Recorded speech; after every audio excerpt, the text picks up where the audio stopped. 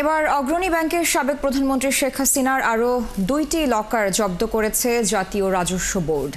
NBR এর গোয়েন্দা শাখা সেন্ট্রাল ইন্টেলিজেন্স সেল বা সিআইসি এই কার্যক্রম পরিচালনা করে।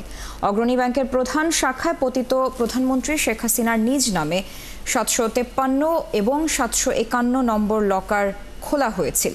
আইনি প্রক্রিয়া শেষে লকার দুটি খোলা হবে বলে জানানো হয়েছে এনবিআর এর গোয়েন্দা সংস্থা। সেপ্টেম্বর পূবালী ব্যাংকের সেনা কল্যাণ ভবন শাখায় আরও একটি লকার জব্দ করেছিল এনবিআর এর গোয়েন্দা দল।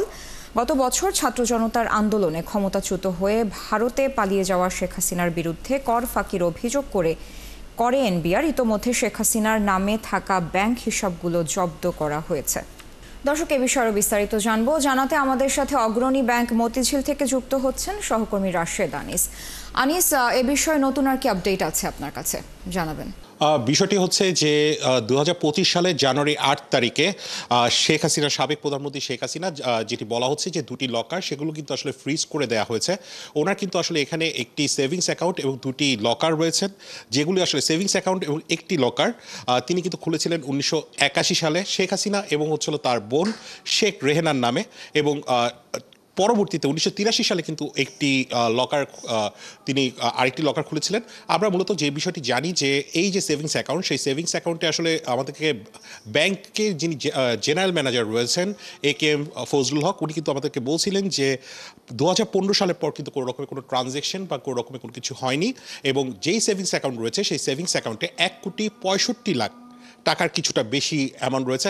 আমি আসলে কি হয়েছে পুরো বিষয়টা জানতে এই ব্যাংকে যিনি দায়িত্বরত রয়েছেন এবং যার হাতে পুরো দায়িত্ব, আমি যদি একটু কথা বলার চেষ্টা করি AKM ফজলুল হকের সাথে, একটু যদি কাইন্ডলি আমাদেরকে জানাবেন যে দুটি অ্যাকাউন্ট জব্দ করা হচ্ছে সেটি বলা হচ্ছে, এবং তার পাশাপাশি আপনি বলছিলেন 2015 সালের পরও কোনো কিছু নেই, কত অ্যামাউন্ট আছে? আমি একটু বলি, ওনার দুইটা লকার আছে।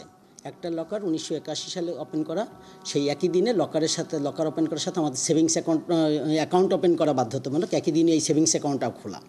পরবর্তীতে 1983 সালে আরেকটা লকার উনি ওপেন করেছেন। আর সেভিংস অ্যাকাউন্টে লেনদেনটা হয়েছে 2015 লাস্ট। আমি এই মুহূর্তে আমার স্টেটমেন্টে দেখলাম যে 2020 সালে লাস্ট একটা ট্রানজ্যাকশন হয়েছে, এবং তারপরে আর কোনো ট্রানজ্যাকশন নেই। এবং এখন এই মুহূর্তে সেভিংস অ্যাকাউন্টে টাকা আছে 1,65,00,000 টাকা। একটু যদি বলেন যে 1,65 লক্ষ টাকা আছে, লকারগুলোই বা কি অবস্থা, লকারগুলো খোলা হয়েছে কিনা, বা আমাদের কাছে যে তথ্য আছে ব্যাংকে, যে সংরক্ষিত তথ্যে দেখা যাচ্ছে লকার মানে ওপেন করার পরে যে ওনারা এটা খুলেছেন কখনো, সেরকম কোনো তথ্য আমাদের কাছে নেই। কারণ আমরা লকার কোনো কাস্টমার খুললে ওখানে একটা সিগনেচার নেওয়ার একটা জায়গা আছে। সকালে যখন এনবিআরের লোক এসেছিলেন তখন আমরা ওই রেজিস্টারগুলো বের করেছিলাম, কিন্তু এরকম কিছু আমরা পাইনি।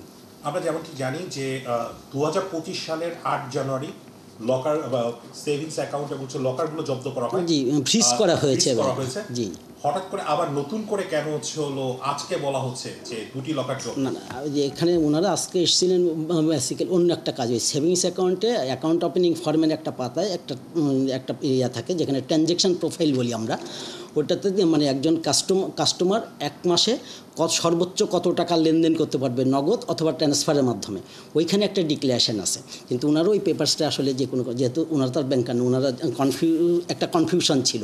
ওখানে ওনার মাসিক লেনদেনের সর্বোচ্চ সীমা ছিল 10 কোটি টাকা, ট্রান্সফারেও তাই, নগদেও তাই। ওনাদের ধারণা ছিল যে এটা কোনো ট্রানজ্যাকশন হয়েছে কিনা। যখন ওনারা আসলেন আমি তখন ওই জিনিসটাকে ওনাদেরকে ক্লিয়ার করেছি যে না, এটা আসলে ওনার ট্রানজ্যাকশন না, ওনার একটা ডিক্লারেশন এটা, এবং প্রত্যেকটা কাস্টমারের এই ডিক্লারেশন দিতে হয় যে উনি সর্বোচ্চ লেনদেন কত করতে পারবেন। এই জন্যই বেসিক্যালি নতুন করে জব্দ করার কোনো কিছু নেই। আপনারা বলছেন 2025 সালের 8 জানুয়ারি থেকেই সেটি ফ্রিজ করা। হ্যাঁ, এবং ওটা ওনাদের এনবিআর চিঠির কারণেই বলেই ওটা করা আছে, ফ্রিজ করা আছে। সারা শুনছিলেন, আমি কথা বলছিলাম তিনি কিন্তু আমাদেরকে অনেকগুলো তথ্য দিলেন যে সেভিংস অ্যাকাউন্টে এখন আসলে কত টাকা রয়েছে, এবং লকার দুটি কিন্তু আসলে ফ্রিজ করা আছে। সারা, রাশেদ, আপনাকে ধন্যবাদ যুক্ত হওয়ার জন্য। দর্শক, অগ্রণী ব্যাংক মতিঝিল থেকে যুক্ত ছিলেন সহকর্মী রাশেদ আনিস।